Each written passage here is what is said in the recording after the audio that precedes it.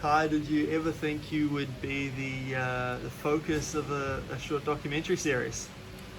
Yeah, it's pretty pretty cool experience. Pretty cool that I can I guess tell my story on such a mainstream platform, get a new audience, and I guess allow people to kind of dive into what it takes to be a UFC fighter. How much creative control did you get over the direction that this one went in? I guess that's TV. When you sign the contract, they have control of pretty much the storyline, the narrative, and how they want to pretty much tell your story. So yeah, we pretty much let them in behind the scenes. You know, quite intimate moments with my wife, my son, stuff that people don't usually see. They just see the end result, which is the fight in the cage. So for people to kind of see what it takes, you know, being a father, being a husband, you know, just normal day-to-day life, and normal, you know, highs and lows of life, as well as how you kind of juggle everything. Definitely a balance, definitely not perfect, definitely makes me, I guess, relatable, because it's all normal problems that everyone has, and normal things you deal with. So yeah, just how I kind of navigate my way through, I guess, all those new experiences, as well as more pressure, more added, I guess, you know, obligations that come with fighting for a world title, more eyes, more expectation, and just how to deal with that, how to kind of rise above it, and use it as fuel, and not let it take away from your energy source, I guess.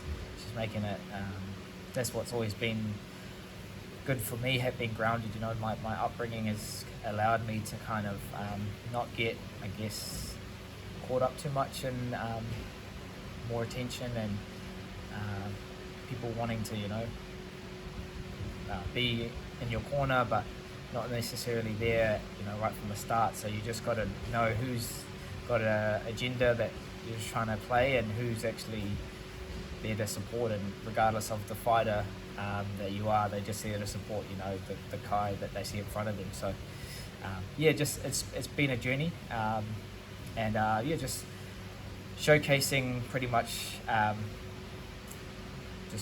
everything that comes with this, I guess, career. Yeah.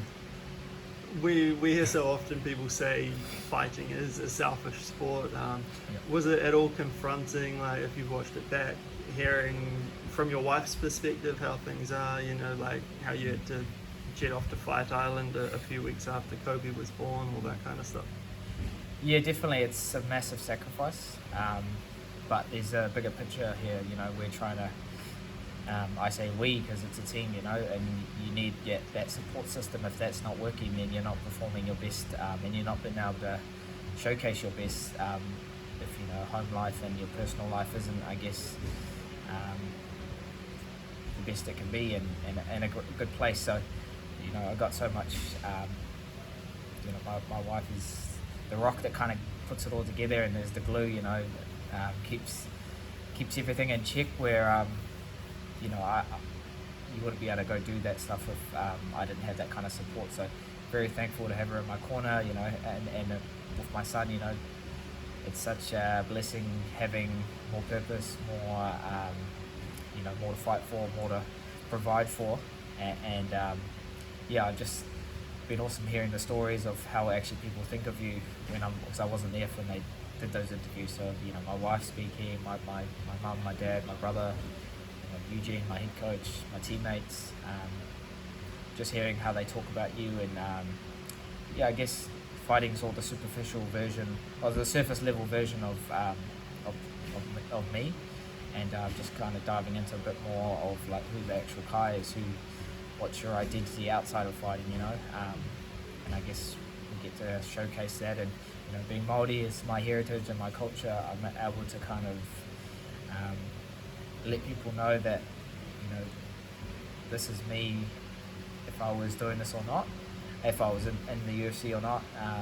Being Māori is my identity, and I guess I get to put that on the world stage, and I guess shed light into into that, as well as just being a bit more open and honest how I'm actually feeling has been a big thing as well. Just being more truthful, as well as not sugarcoating things, just saying how are you feeling, are you scared, are you with more pressure, what does it mean, and just get to kind of explain it a bit more in depth in those interviews.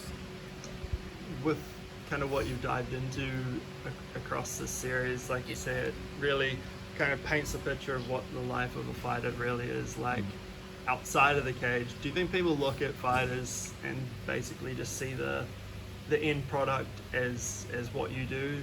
They kind of don't consider what goes into getting you there, and something like this will help them understand, fighting is a very, very one of those sports you have to be locked in on to be successful. Exactly, yeah, and it gives people just a bit more insight, a bit more perspective, and how did they end up here? So when you take MMA as a career, it's definitely a tough road. Only 1% make it to the UFC, and once you get to the UFC, you're fighting the best guys in the world. So when you're in there, you're on your own pretty much. There's no team to hide behind, and you have a team to prepare you. They're in your corner, but once you're in there, you got to believe you're the best, and you got to have supreme confidence and that self-belief, and that's what these mats have taught me. That's what martial arts has taught me. But now that you get to, I guess, show the behind the scenes of what it takes to do that, as well as people think, oh, he must be aggressive, he must be angry, and you meet me in person and you see it through the doco that it's not the case at all. Like, it's not in my nature to be, I guess, aggressive and violent, but it is in my blood. It is in my blood that my ancestors, my tupuna, this is what I come from. This is my, I'm just channeling that. I'm just the modern day version of that. When I step into the ring, when I step into the octagon, I'm channeling, hundreds of years of my tribe and my ancestors going to war on the battlefield, and knowing that that's inside me, So it's ironic when I say it's not in my nature, but it is, and everyone has it in them. It's a switch. You've got to be able to tap into that. And for experience, I've figured out what works best for me. And for years, I was kind of not shying away from it, but I guess not. The self-belief had to come over time, and once you realize it and once you, I guess, can harness it, that's when everything starts falling into place. So for me, I put so much into my career, my job, and it's my passion, but what helps me is having all the support from back home in Aotearoa. When we represent New Zealand on the world stage, it means so much, and just you can see the passion and the fire behind me. So, when I go in there, I really feel all that support, and like I said before, it's you're channeling all your ancestors, and when you're making that walk out into the octagon, they're all right behind me. So definitely privileged to be able to represent Māori as well as New Zealand, and then obviously represent our gym, City Kickboxing. This is a gym that breeds champions. Humble gym with just hard work, blood, sweat and tears, but that's what I guess is our secret, because there's no special treatment. It's just, here's a set time for training, turn up, get the work done, and we're just constantly upgrading, constantly trying to better ourselves, trying to ask more, and that's what keeps us evolving, that's what keeps us ahead of the game. But like I said in the stocko, it'll be just another chapter of my story. I'm still in my career. I showed why I'm one of the best fighters in the world in the flyweight division, and I'll be definitely fighting again for another world title. It's just a matter of time and just experience. I just got to take it as a learning curve.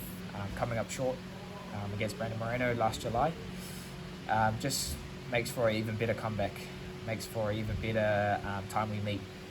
We get to see how I've evolved, how I've worked on things, and just for experience. I'm still young, I turn 30 end of this week on Sunday, so I'm just hitting my prime. When I watched this, I kind of thought we were going in following the lead up to the Brandon Moreno fight, and it would end with that. Instead, it starts with you talking about losing the biggest fight of your career. How confronting was that for you?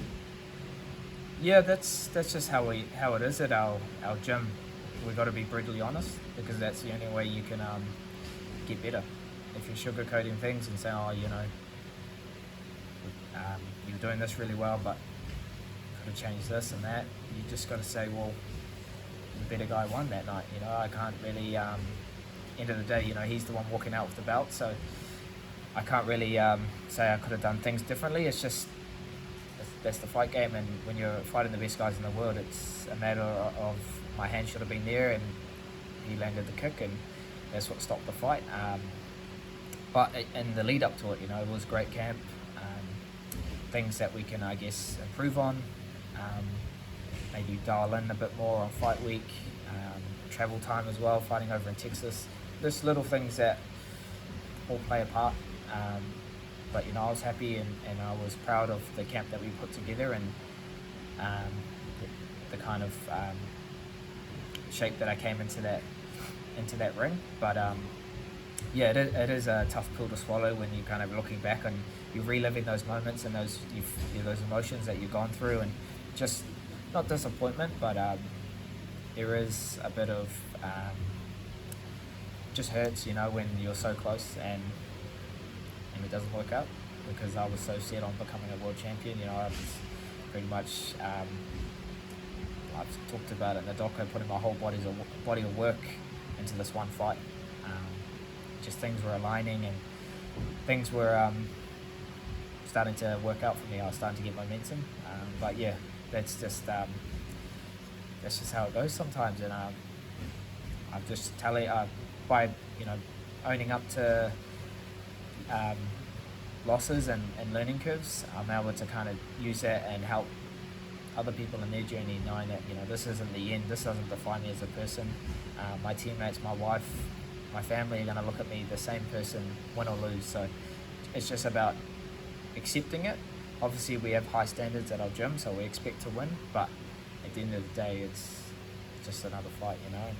It's just another chapter, and, you know, I'm still blessed regardless of being a world champion or not. I know that's in my destiny, but for now I just take it as take a learning curve, and then just it was definitely a proud moment just knowing that I'm representing our country and you know, inspiring this young generation that are looking up to me as a role model to know that if he can do it, why can't I?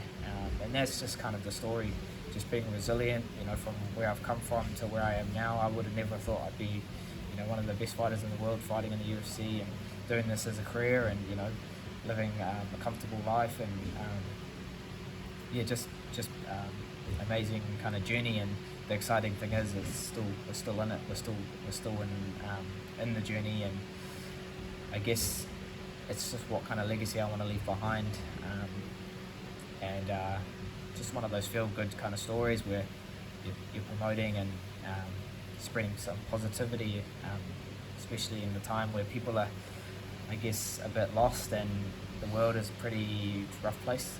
So just being able to showcase, I guess, a feel-good story as well as a story that people can relate to. I guess kind of just on that, what do you hope people take away when they watch this?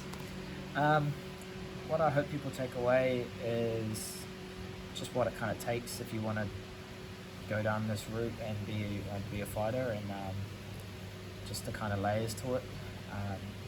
You know, people think that fighting is a tough man's sport, but it's definitely a thinking man's sport. If you want to do this as a career, there's a strategy and there's a way of going about it, and to be the best and to have the best team, there's so much things that come into this. There's a collective input from so many smart, you know, humans around me, and it all starts with your support system, your upbringing, and then also, I guess, the will to want to do this, the will to win, the will to kind of lay it on the line when things aren't working out, staying at it, and just constantly keep turning up. I guess I want people to realize that if you want to make it in anything in life, whatever your passion is, just keep turning up, keep holding on to that hope, keep holding on to those dreams, and one day you'll look back and thank yourself for kind of committing and staying on track, because it's all right there. And we've got so much talent in Aotearoa, especially Māori and our Polynesian backgrounds, where we're brought up in this humble mentality of downplaying your achievements, downplaying your kind of your accolades, but you have to embrace it. You have to be willing to break down those barriers, because if I only settled to be a New Zealand champion, I wouldn't be able to cross over into that world stage and be able to accept that I can be a world champion. I just have to give myself permission, and I guess that's what I've been able to do, where you look yourself in the mirror and say, well, I am the best in the world. If I don't believe it, who else is going to believe it? So just shedding light on how I kind of think, and how that's impacted in the course of my career, the course of my life, the course of the man you're seeing in front of you as a son, brother, husband and a father, and that just trying to give just an inspiration to people, especially young people that are, I guess, a bit more vulnerable, knowing that this is how I've kind of dealt with being bullied in high school and being a victim, and turning those kind of negative experiences into something positive. Training's kind of been therapy for me, where I've been able to channel it into something good, and look where it's taken me. So that's the story. So that comes out March 23rd in New Zealand on TVNZ Plus. Yep. Do you know if people can watch it overseas? Because I have had a few people ask about that. Yeah, I'm not too sure what is the go with overseas viewing, but yeah, TVNZ Plus on demand, free to air, just on the app. So it'll be a 6-part series, and yeah, it's just I guess a great story of not just my own, but my family, my wife, and then showcasing our gym, and then showcasing all the talent that we have in Aotearoa, New Zealand, especially representing the fight community, and then showing this to a broader audience that don't necessarily watch fighting or watch UFC. They can see, okay, what's this all about, and kind of dive into I guess the last year of my life, and what it's kind of taken to be here. So like I said before, it's just a chapter of my story. This isn't, I guess, everything, this is just one little glimpse of the story. But yeah, it's exciting because I've still got another fight coming up, so it just kind of leads into that, so people will see, oh, what's he doing now? And then June, we're back at it. It would be nearly over a year since I last fought, so definitely got itchy knuckles, ready to get back in there. I've had to nurse an injury, and just been busy outside the cage. I'm the Warriors wrestling coach, so I've been helping the boys in pre-season, and now for their whole season. So it's been interesting being a coach, and it's been awesome, being in those shoes, watching as watching rugby from a wrestling perspective, and how I can add value and input, and I have quite a lot of contact with the coach, where we're on a weekly basis, update them on what I've been seeing and how we can improve, and seeing the players have so much respect for what I do and so much respect for what they do, and just here to build and build together, build that confidence. That's what the mats have taught me. Build how to be resilient when things aren't going well. How do we stay in the fight? How do we persevere? And also the techniques that wrestling and fighting have taught me to transfer onto the rugby. How to be more efficient on the field. How to be, how to stay heavy on top. How to finish these tackles and end up in the best position possible. So many things that translate, and this is life after fighting. Being in that space. So 2023, I expect high expectations from the boys, high standards, and I expect our first premiership. So, big shoes, big promises, but I'm that confident. I just feel like this is a different team that I'm seeing, and it all starts with that self-belief. I was going to ask you about your next fight, but I'll just pick up on the Warriors thing. Now when you watch League as their wrestling coach, do you, instead of like watching the game unfold, like look at, oh, that was such a nice play, do you look at it and you're like, all right, you need to be heavier on top in the tackle? Are you analysing it from that kind of perspective now? 100%, yeah. Like I'm watching the game as a fan, but it's the little details that I have to pay attention to, and it's, you know, how's our guys getting up quickly? How are they finishing tackles? Are they using all their weight? You know, it's a lot of things that you take for granted in rugby, where you think these guys have obviously done some sort of wrestling or some sort of grappling, but a lot of them it just comes naturally. So then if I can add the details that I've learned to try just what make their game 1% better, you know, it makes all the difference. If these guys are 110 kgs and they don't know how to use their weight, once they learn that, you know, you're just smothering. It's just pretty much breaking people, where you've got one guy and then you have another two on top that are using their weight to pretty much crush you. It just kills all that momentum when teams are trying to attack and you've got defense like that, where it's just like a brick wall, and they don't even want to contest because they know they're going to come off second best. It's just, you're changing the game, and as well as slowing the ball down. Like in rugby league, it's all about how long we can stay on top without getting penalised, and then giving our guys enough time to get back on their line, recoup, reset, and go again. So, man, there's so many little details that I've been able to, I guess, incorporate from wrestling and from MMA into rugby league. Obviously, without the striking and getting penalised, but so many things that cross over. And then also, the byproduct of wrestling is conditioning. The up-down, the constant, you know, movements, as well as tackling. There's so much benefits that come with martial arts, and the boys are just super fit. These guys are freak athletes that they're just naturally gifted. So it's like the perfect, I guess, vessel for me to kind of harness and teach, because they just go. These guys are workhorses. You tell them and they'll do it. So pretty cool that I'm in that space. And you know, my whole family's a big league family. All my brothers played. My dad was a big supporter. So when I told them that I was the new Warriors wrestling coach, you know, this made their life, because they know they've got season passes now. And yeah, we were down at Wellington for their first game, and I was on the field doing some signatures after with the fans, and fans are saying, "Oh, main game tonight, bro, you played awesome." And I was like, "Yeah, sweet," just milking it. So no, it's awesome to be down there. And yeah, like I said before, this is life after fighting, and I'm doing it now while I'm in my career. And I guess that's where the respect comes in, because I'm not telling them about back in my day, this worked for me. I'm pretty much showing them in my career that this is working, and this is what can be done. Moving on to your next fight, obviously you had to withdraw from the Alex Perez fight in, when was UFC first? February? Yeah. Seems like ages ago. You're moving on, fighting Amir Albazi in June. Yeah.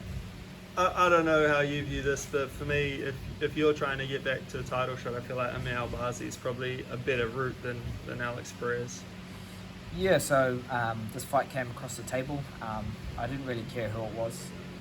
I'm not really too picky in who I'm fighting. You know, if you want to be the best and be a world champion, you got to fight the best guy. So this guy's, you know, he's good, coming on a 5-fight win streak. You know, good wrestling, good grappler, good opponent. So, you know, I'm going to be doing what we need to do. But you know, this is a look that we've seen before.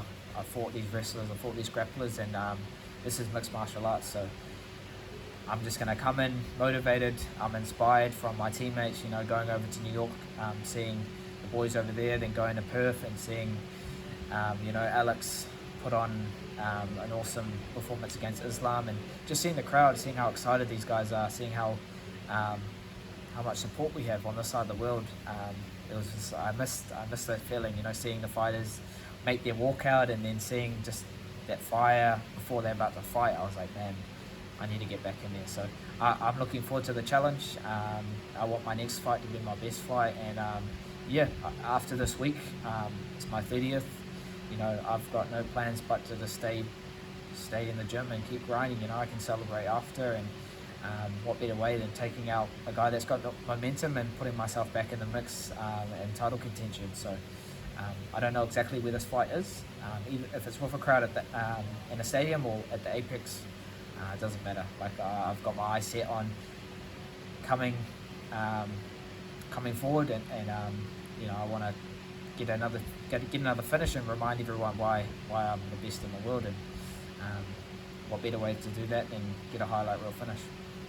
You had to pull out of that fight in Perth because of a back issue. What was the issue? Like, how serious was it? Yeah, I've been pretty lucky in my career that I haven't had too many injuries. This wasn't from one incident, it was just over time, tightness, something that I had to stop neglecting, and that's prioritizing more like investing back into my body, more stretching, more mobility, more yoga, more just maintenance. You know, I've picked this up from the preseason in the Warriors, where a lot of the older fellas, they don't do the whole preseason because they won't make it through the whole season if they're doing, you know, too much. Their body already know what is required. You know, that muscle memory is always going to be there. So I've kind of taken a blueprint out of their book, and less is more. Just more like quality work rather than trying to do every session that you need to. You know, I've been in the sport since I was 15 fighting. So we know that we're fit. We know that we can, you know, get better. It's just about getting that quality work in, as well as, you know, feeling good, not waking up, you know, sore and tight, making sure that that's a priority. So I feel like this camp, I have already been doing that, and then just about getting ticking off all those boxes, you know, making sure we're getting our mat rounds on the wrestling and grappling, you know, City Kickboxing, we're coming in with the best stand-up in the world, conditioning, working with our breathing coach Dave Wood, working with, you know, my physio Brad, Gabe, my chiro Brad, and massage therapist Emma, like so many things that come into this. So I'm more than ready to get back in there, and like I said before, I'm just hungry to let everyone know why I'm the best in the world. Do you think Muhammud Mokaev's ever going to stop calling you up? I don't think he'll ever stop calling out, even when he's retired. But nah, he had a good win in the weekend. You know, showed a lot of heart to not tap to that knee bias. Showed that how much he wants this, and yeah, I can't wait to see him fight some top guys in the top 10, and you know, we can meet later down the track. I got a fight in front of me, so that's all I'm focused on here. And yeah, I'm happy where this division is. You know, we've got a lot of exciting prospects coming through. Just New Zealand combat sports in general, having King of the Ring in the weekend, so many an amazing showcase, one of the best 8-mans I've seen, so evenly matched. Seeing my teammate Nikura, you know, overcome getting dropped in the second round, and in the semi-finals, and then overcoming it and coming back and finishing that fight, and then going on to the finals and winning the whole competition for the third time. Just inspiring, and having a whole team there supporting. I know everyone took a lot away from that fight, but just seeing the level of talent in that competition, all 19 years old, Lucas, Alejandro, you know, so New Zealand combat sports is in a good place when you got 19-year-olds showcasing their skills like that. Yeah, all the props to the guys that put on a show that night. All the boys that fought from the gym. It was great to just be there, and Jason and Nana always put on a great show.